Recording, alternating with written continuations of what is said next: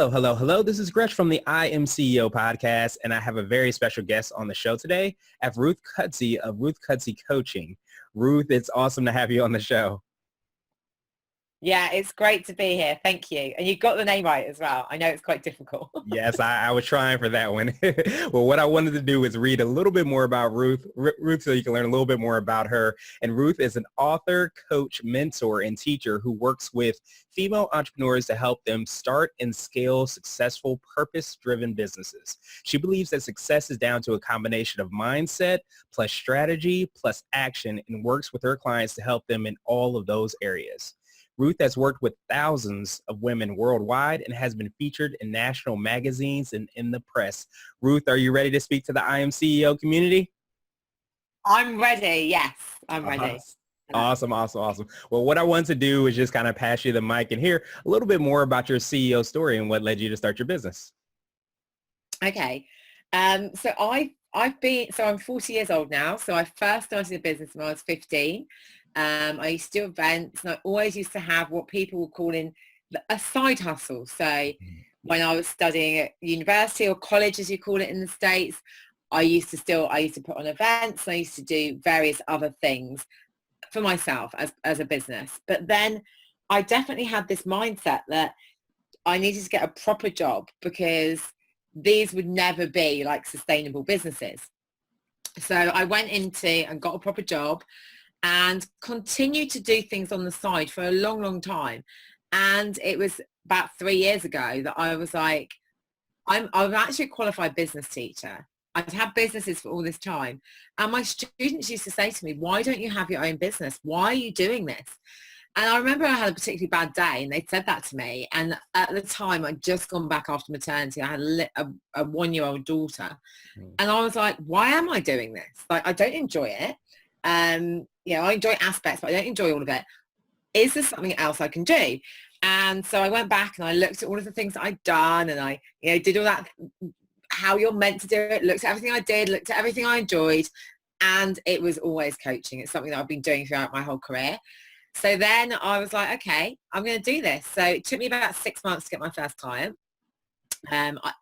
During the time I became pregnant for the second time. So I was really like battling, like, okay, I'm just keep having babies. I've only got 2. And yeah, I was like, I don't want to be working for somebody else who's going to keep telling me what to do. And I don't actually want to be doing these things that I don't enjoy. Because when you're in a job, you have to do everything. You can't say, well, I'm not very good at admin, so can somebody else do that? Or I'm not very good at this. And so I really craved that kind of freedom where I made my own decisions, but also where I was able to get somebody to help me with the things that I don't like. Yeah, that makes perfect sense. And that's obviously an awesome story. And especially you having the courage to be able to take that step, because a lot of people may not like where they're at, whether it be their jobs or whatever positions or whatever they're in, and they might just kind of stick with it, so to speak, and not decide to make a change. So that's awesome that your students, but also you took it upon yourself to kind of make that change. So what I wanted to do was drill a little bit deeper and ask you, like, how exactly do you help kind of serve and work with the clients that you work with? So I do lots of different things. So I'm definitely what people would call multi-passionate, Mm-hmm. or like I've just got lots of ideas. So on a basic level, I start working with people in my membership. So that's kind of like a low price commitment, and it's a lighter touch from me. So they get resources, they get some support from me, and they get support from an associate coach who works with me. And that's really to help people stay accountable for their goals, and to give them they have events every quarter. So that's kind of like a really startup, giving them resources like, really simple things like, okay, what's the difference between a Facebook page and a Facebook group? How do you set up your first webinar? What's a landing page? How do you get on podcasts? Like all of those kind of fundamental things. And even before that, like, what are your goals and what does success look like? So that's my membership. And then I have a group program, which is kind of an extension for that, which is when people have got one client, but they really want to start going into that consistent. And again, they kind of have teaching modules and then coaching. So they have it combined. So they learn and then they're coached through any problems that they've got. Mm-hmm. And then I have one-to-one coaching. And I have a mastermind, which is kind of a combination of the lot of it. And I do events. So a lot of it is kind of teaching, teaching new concepts, teaching things that I've done, teaching theory. And then on top of it, the coaching, which is about really drilling down for them about what's going on and what's stopping them. Because I always say you can have all the strategy in the world, but if your mindset's wrong, you're not going to do anything. And they hate the word mindset in the UK, by the way. I do. They don't Why get so? I didn't know that. I don't know. They don't really get it. I know in the States, like everyone gets mindset. In the Mm-hmm. UK, you have to explain it in different terminology. So you'll be like, so you make sense about what's, the obstacles that are stopping you. And, you talk about it in a different way because they don't buy mindset. Interesting. Well, I was about to say mindset is huge. I feel like it's Yeah. huge. Maybe it's because I'm in the States, but I feel like that kind of lays that foundation. But it's good that you have, all those different tiers depending on how people might want to interact with you, whether, it's joining as a member or actually having the mastermind groups that you have, Yeah. or if it's the one-on-one coaching, but you have all those tiers where anybody can kind of help. You can kind of help anybody to reach their goals. Yeah. And I think it's people will work through them. And some people, we talk about money mindset a lot. And I know that it's a big thing, in the UK and the States and wherever you are. Mm-hmm. But I think that the buying mentality is slightly different in this country and people generally want to get to know you. So if you've got lower priced offers, it works really well because people get to know you and form a relationship with you and then they'll move up where it's appropriate. Right. So it works with different personalities as well because some people they don't feel like they can spend straight away. Mm-hmm. Yeah, it makes perfect sense. So they want to kind of like dip their toes in to see how the relationship works for one, but also too how it impacts what they're doing on a smaller level, and then they can always scale up and have a deeper conversation. Exactly. Awesome. Well, now I wanted to ask you for what I call like your secret sauce, or kind of like what do you feel makes you unique or kind of distinguishes you as an entrepreneur and business owner? I think that for me, having the mindset, so I've got a master's in psychology. Mm-hmm. And I was a deputy head teacher of a school. So I used to do a lot of work in mindset and how people learn and how people develop. And I think that's really helped me with working out, helping people with their mindset. So I think that's quite unique because lots of people don't have that mindset background. And I think also being able to break things down in a way that works for people, because I used to teach like 14-year-olds how to run businesses. So lots of business coaches have never run a business, have got no idea about the strategy. So I can help people actually, why this works and the theory as well as the practical, because there's no point having the theory if it doesn't work. Mm-hmm. But often with the practical, people don't get why they're doing things. Mm-hmm. So I think bringing that combination really helps.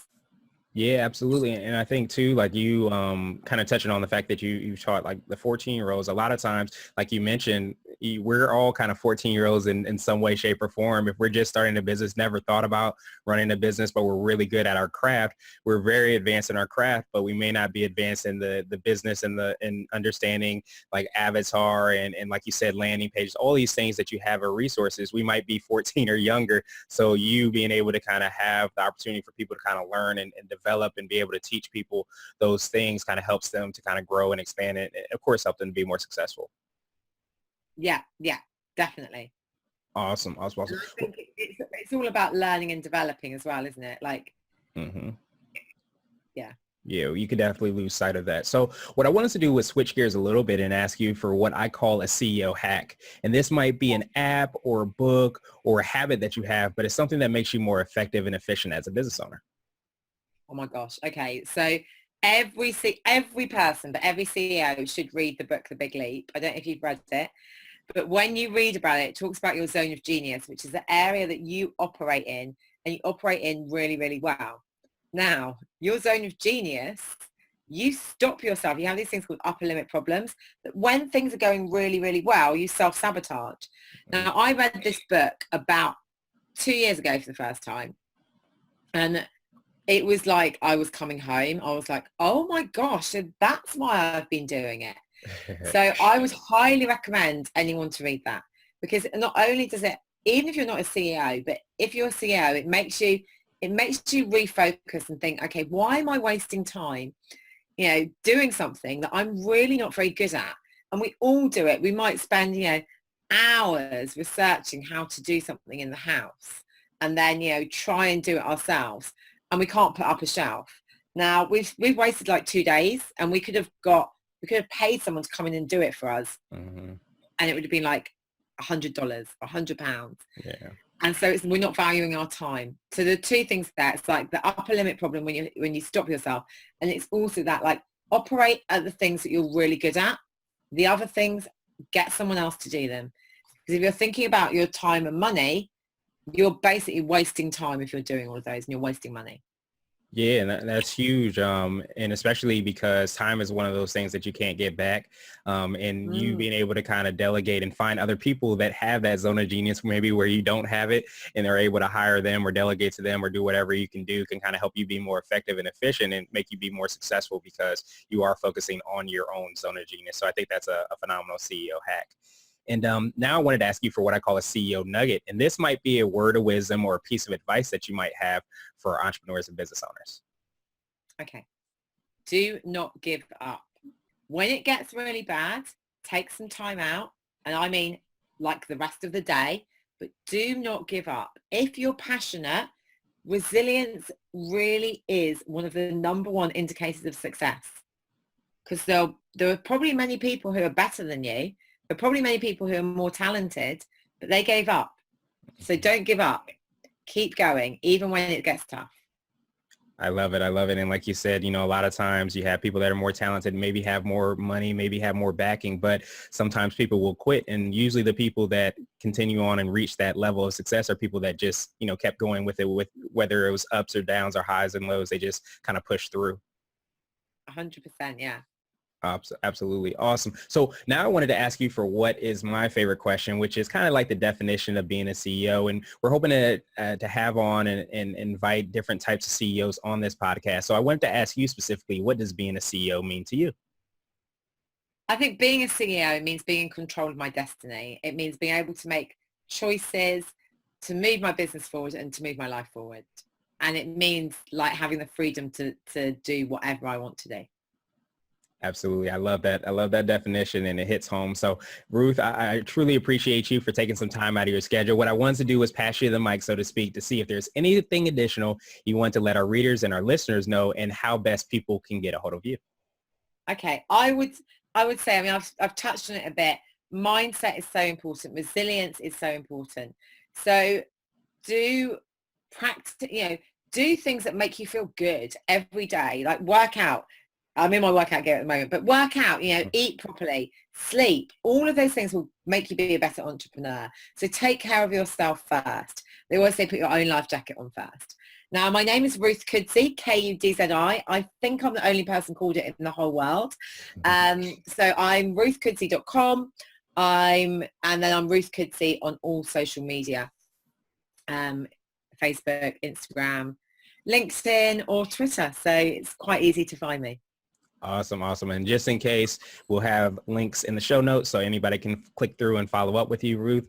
I truly appreciate you for all you're doing and all the awesome things you're helping people out with. And I just hope you have a phenomenal rest of the day. Thank you. You too. I really appreciate being on here. Thank you very much.